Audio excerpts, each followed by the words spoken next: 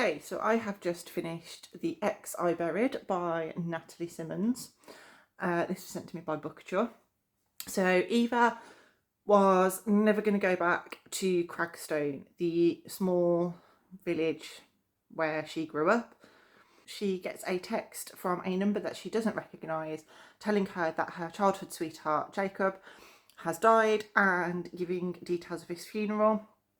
She decides to make one last trip back to the village to say goodbye.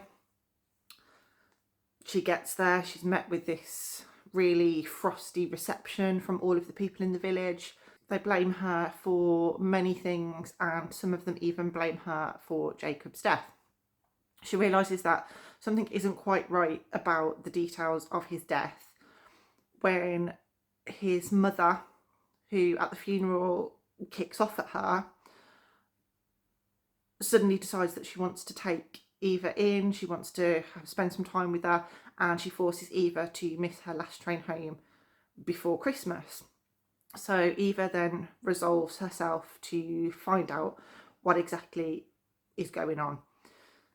It was a really good, twisty, quick read, keeps your attention all the way through.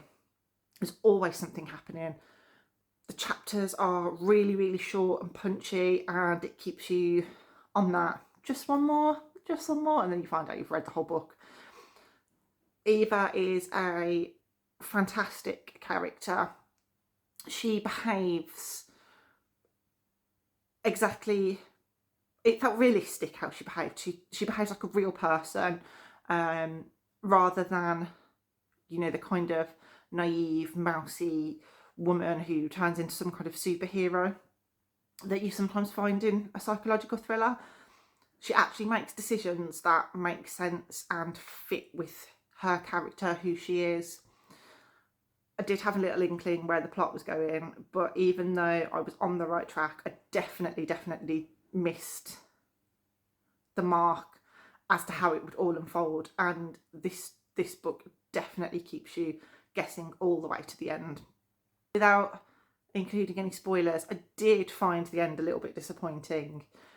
The decision that Eva makes feels a little bit tick boxy, and I kind of felt that after everything that she'd been through, how it ended probably wouldn't have been the first thing on her mind.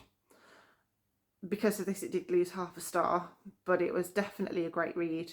I would highly recommend 3.5 stars.